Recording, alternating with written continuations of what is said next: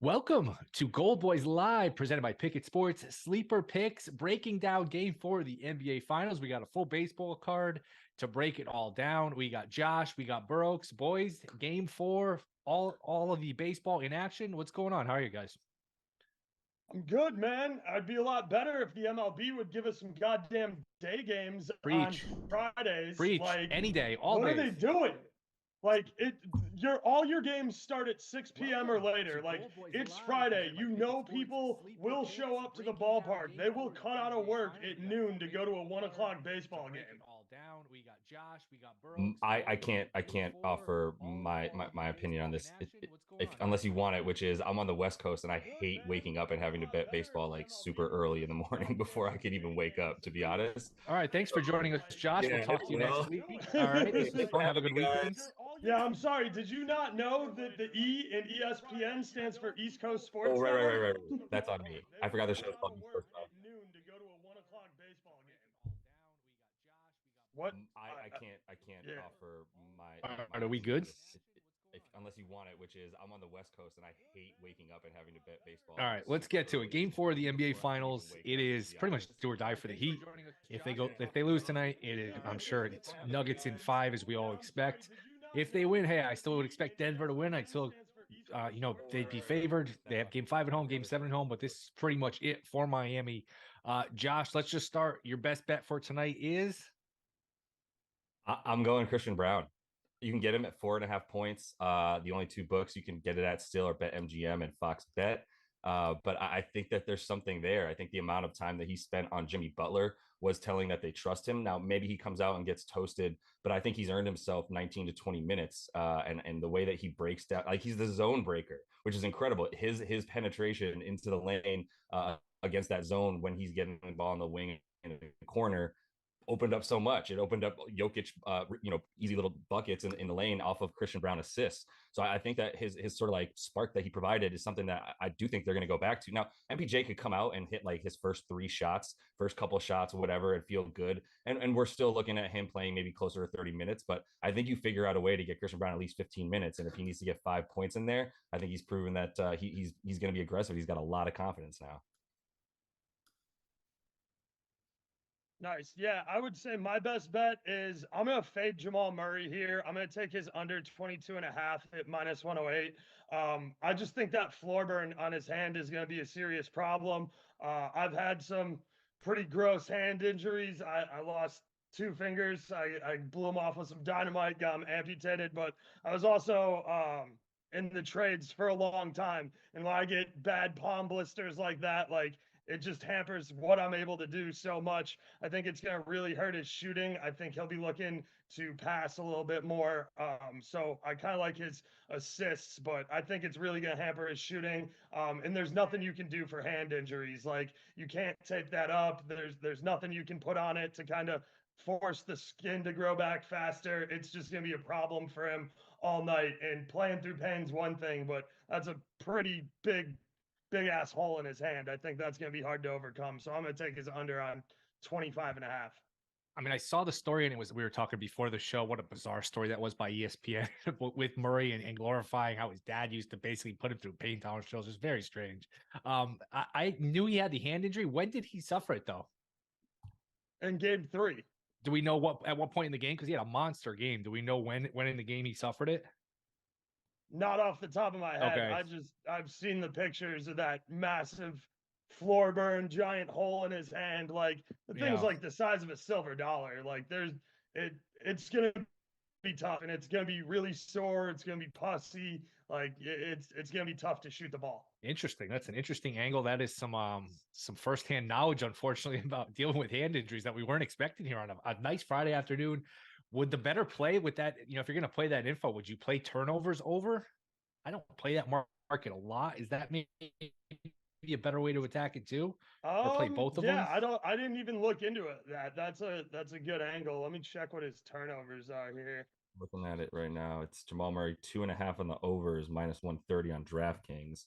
I gotta imagine you get a better price than that for 2.5. But Yeah, I mean that's I not bad. He did have 7 turnovers last game, so I don't know when he picked Wow. up that injury, but in and the like 4 games versus Miami, he's had 3 or more turnovers in 3 out of 4. So yeah, that's not a bad angle either. That might be the play. That's a good one. Where are you guys at here with the game? Like the side, the total? Do we think Miami evens it here and gets it to 2-2? I get the feeling that that was just sort of the knockout punch for Denver the other night. Now you never know here with Miami. They have 9 lives, but Denver was just so dominant. They get home court right back. You know, it's going to take Miami now, winning 3 out of 4, winning 1 in Denver, winning both at home. I think Miami's kind of shot. Where are you guys at here with the 3.5 cider total? I like Miami here. Sorry, go ahead, Josh. No, go, George. I like Miami here. I don't think that they go winless at home. I think they get one here for the home fans. I think that stadium will be packed, but they're going to have to shoot lights out from 3. We know this team's going to live and die by the 3 ball. That's kind of why I like Jimmy Butler assists today too, over 6.5. If Miami have a shot in this game, they're going to need their guys to hit their perimeter shots. They're going to have to knock down their threes, and they're going to have to keep the game in hand a little bit here. So I think Miami take this one at home. I don't think that they get swept in their own building. I got to agree. And we were talking a little bit yesterday about how I do have a lot on Denver, and a lot of it's on Denver to win in 5. So I do think I am going to play a Miami money line bet here, because what I keep, and I didn't start thinking about it that way when I was looking at this game. I was actually looking at a few things that I thought I could find some like inefficiencies, right, and find some value on things like Caleb Martin, 9.5 points. And like I talked about, Christian Brown, 4.5 points. He had a non-COVID illness. I think throughout game 3, he started to like show that he deserved more minutes and that he was ready to go. He looked like the spry dude that he was in that last series. And so to get his points at 9.5, when I think he came back, he had 10 in this last game. He had nine field goal attempts, and he was in the game for 31 minutes versus like the 25, 26 he was playing in the other 2 games in this series, getting a lot of those Kevin Love minutes. I think they realize that he can be that third guy. He and Vincent, some form of them, are the 3rd and 4th guys in terms of go get a bucket for us outside of Jimmy and Bam. But I keep looking at that. I think Vincent is due for a bounce back game. I think Bam is going to keep scoring and shooting as much as he is. So that's why I'm like, well, I keep liking all these Miami props. I think Miami's going to have a bounce back game. The only thing that scares me is I do think Denver figured something out. And you guys can let me know if I'm crazy, but they were just diving at 3-point shooters. And I think that they realize if you can just get them off the 3-point line, then you just neutralized guys like Strus and Duncan Robinson, who, although he had looked good at times going to the basket, that's what you want to do, is run them off the line. If they're going to do that as well as they did, it's just 2-pointers, then I don't know if Miami can do it. That's a great point, Josh, because I like Strus assists today. Over 2.5 assists is plus 140. If they are chasing him off the line, Strus has been shown that he's capable handling the ball and finding the open man. I like him to slip the ball to Bam, where Bam, like you said, is over 20.5, is plus 100 on MGM and DK. If you like the Heat, I really like that Strus assists, because I think he's going to be slipping it to Bam in the post. Because if you can get these guys to commit to trying to run the 3-point shooters off the line, once you make 2 outside passes, you're going to have a wide open Bam down there in the paint. You guys think this is a Jokic scoring game, a Jokic assist game? I guess the easy answer is, it's going to be a little bit of both. But what do you guys expect here from Jokic, Josh?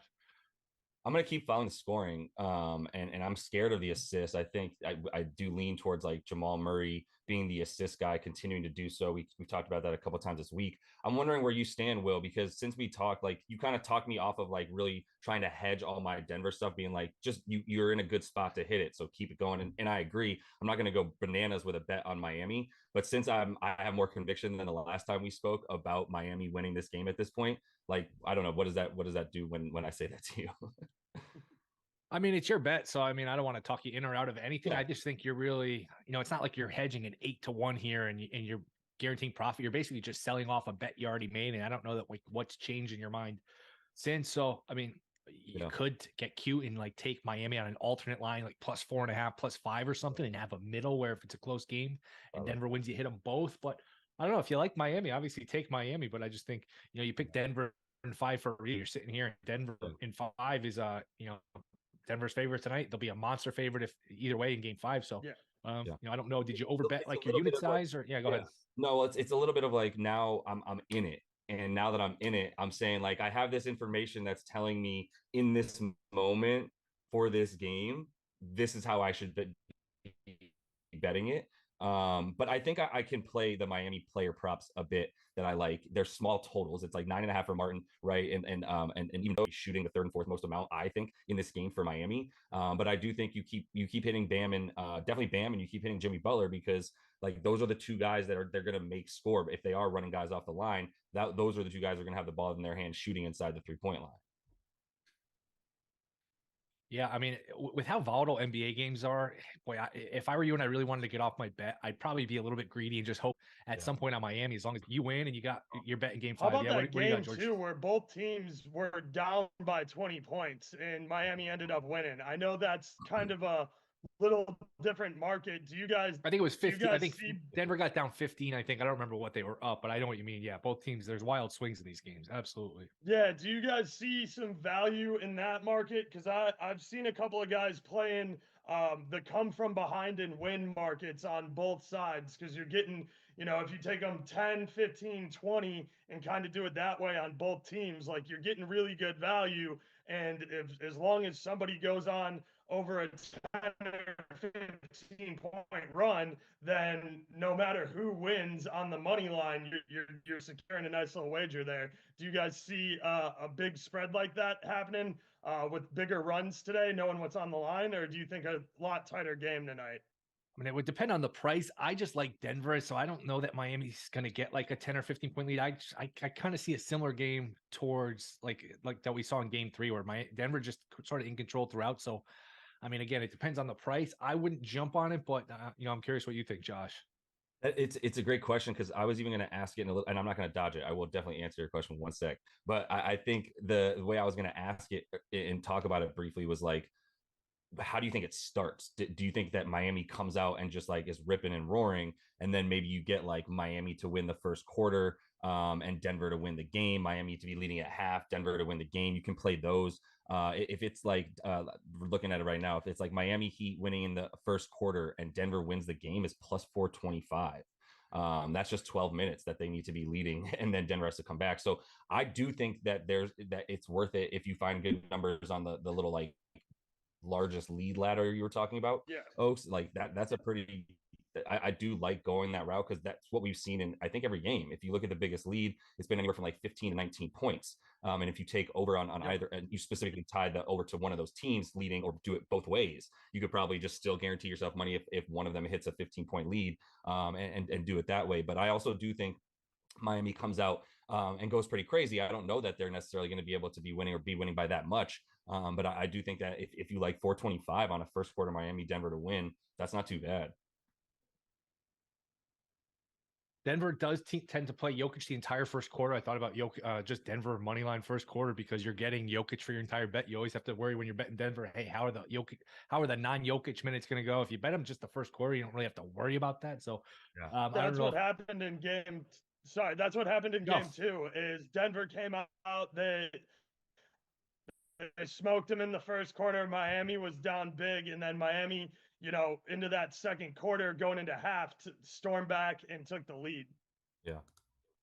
What do you guys think happens with Porter Jr. here?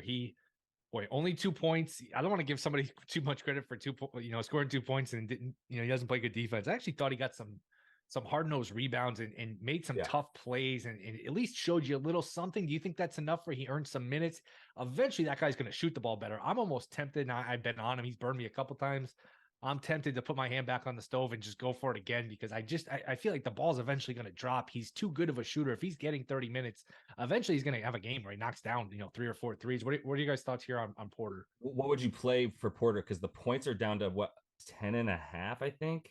The threes, you can now get 1.5 3 over that at minus 175. I think you minus 160 on Caesars for that. So like, yeah, I don't know. I don't know that I don't know. I'm out basically. I'm stopped. I'm done on Porter. I predicted this.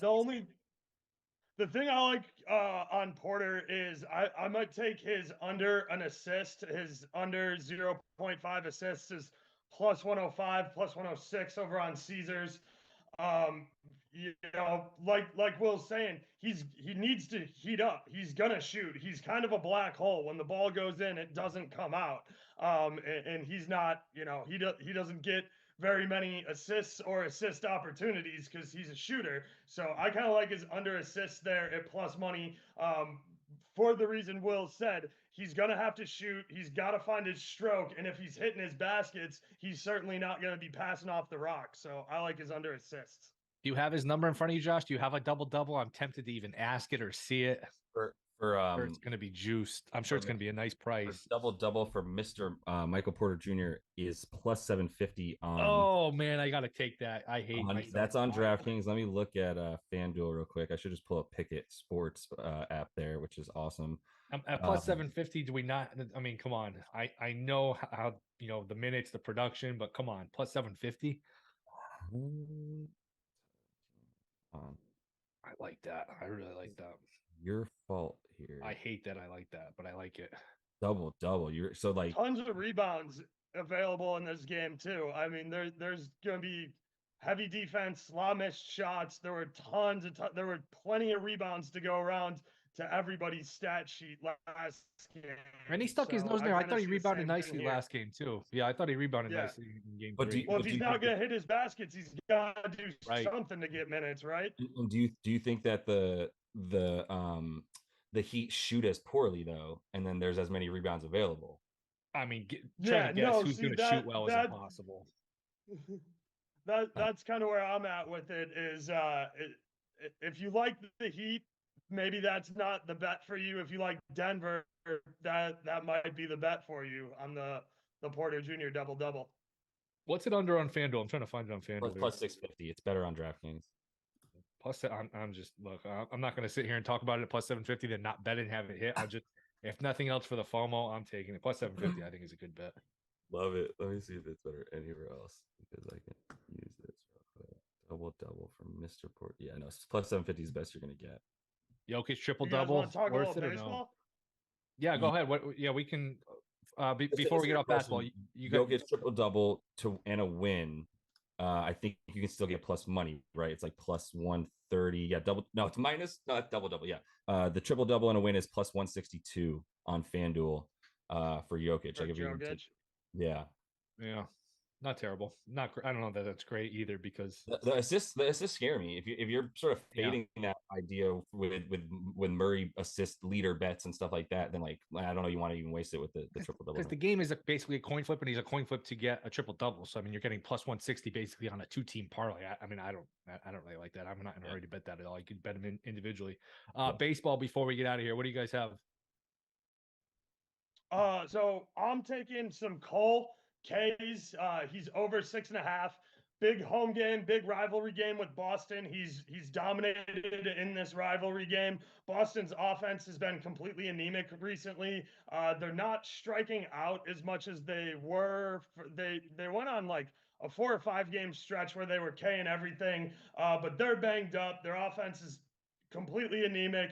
Big rivalry game at home in Yankee Stadium. Cole's striking out almost 60% of guys he's facing. I love him today, or I really like him today. It's minus 127, so you do got to eat a little bit of juice, but I'm fine laying that number in a rivalry game with Cole on the mound. After, the Yankees, they did get a nice bounce back win in that second game of the doubleheader, but they got to be pissed about losing that series to the White Sox. Yeah, it's just not a great offense when Judge isn't in there. I mean, some of the lineups they run out there, like, oh my God, this is the Yankees. I mean, Jake Bauer's done a nice job. Too. Yeah, like their home run, strikeout, or walk. Like that's all they do. I don't care what the number. Like they're not in the top 10 in MLB for strikeout rate. But if you watch, like, like the Yankees. There's plenty of strikeout targets there as well.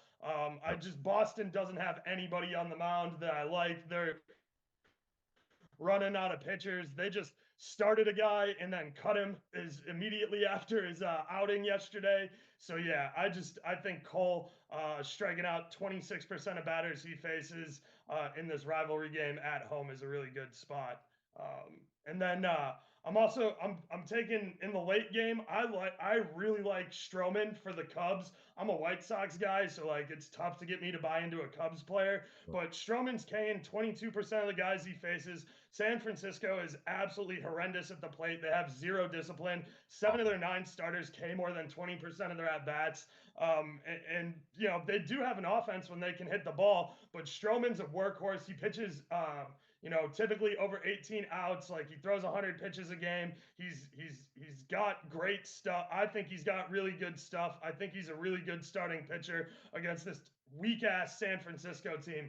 I think I got him at over 4.5 Ks. It Yeah. What was it? I sent Sam the ticket. I got my NBA stuff pulled up. Give me 1 second here. Yeah, Stroman over 4.5 Ks. I got it at -120 over on MGM. I really like that, especially because most of the rest of the market's sitting at about -130, -135. Yeah, I love that bet a lot. I like Stroman to get the W. If you want that as well, you can get it for about +170. Was what I was looking to bet it. But I was just looking at it before the show. I'm definitely probably going to bet it now, especially because you kind of validate what I was thinking there with Stroman in this Giants lineup. Has just been brutal over their really bad stretch over the last 3 weeks now. That I think we are who they thought they were a bit more. And yeah, just Filiani, who I'm never going to try to say his name, against Stroman right now in this matchup at Wrigley is definitely favoring Stroman there to get the win. I also like just coming from that game though, like I'm considering Sox real quick from the first game you talked about. I'm considering them on the money line. I think you can still get them at about +155, depending if you have the right type of account, where depending which state you're in, it's not one of the bigger boys. But you can definitely still get them at like 135, +135 on DraftKings.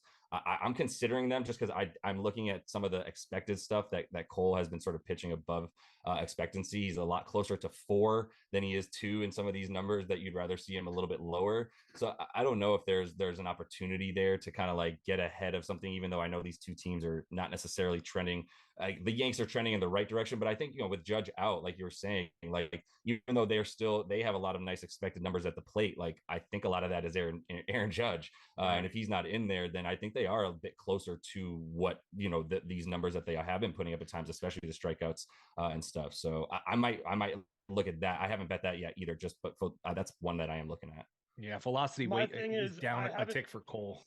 Yeah. My thing is, I haven't seen Boston score more than 4 runs in a while. This offense is just completely anemic. Didn't they bench Verdugo?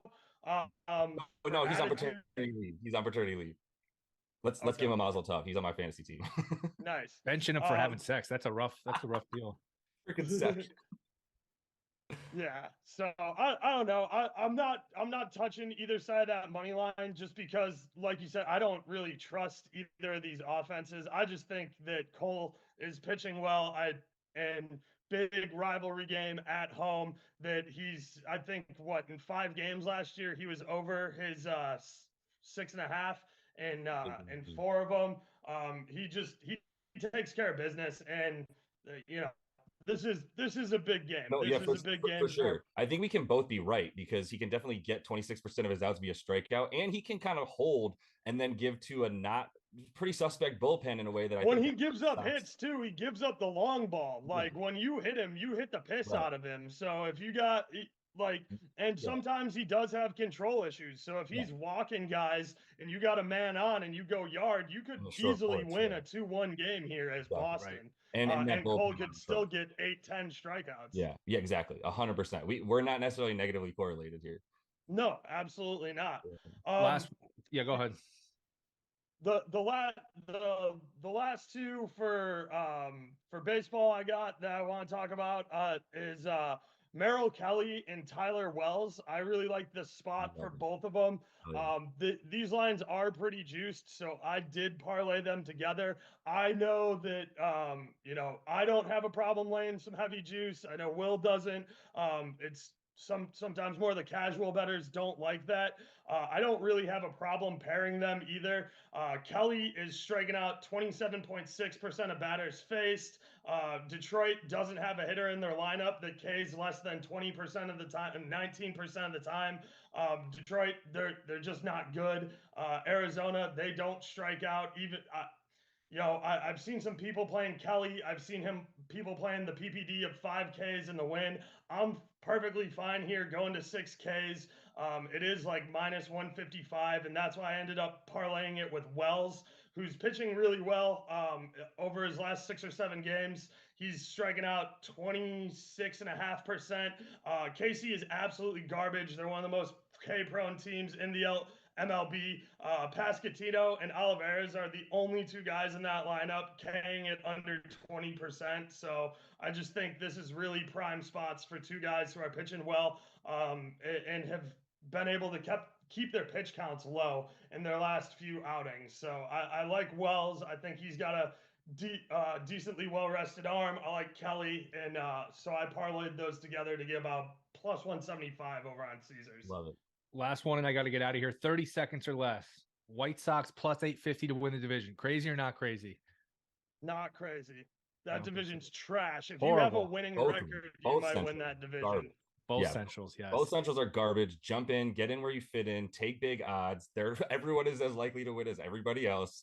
It's nasty. Dude, my buddy grabbed Cincinnati at 45-1 back right before the first of the month. He grabbed it on the 31st before what's his name got called up. Before Elliott even got called up. Ball. And I don't think they have enough pitching.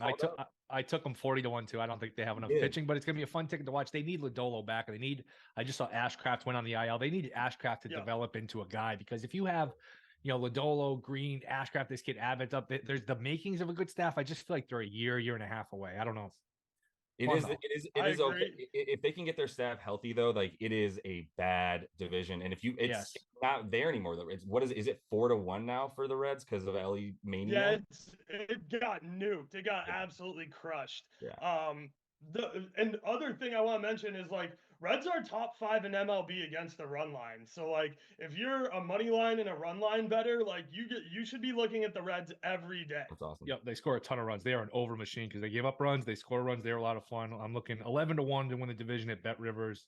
I would need more than that. That's how Boston was to start the season. Boston had absolutely no pitching, but you knew that their team total or the over in all their run games first inning, all that stuff. Great, but their offense is completely slowed 19-1 at DraftKings for the Reds. 19-1's not terrible, but I don't know. All right, boys. George, Josh, good luck with all your plays. Have a great weekend, everyone listening. We will be back Monday, 1 o'clock Eastern. So until then, we'll talk to you Monday. Good stuff.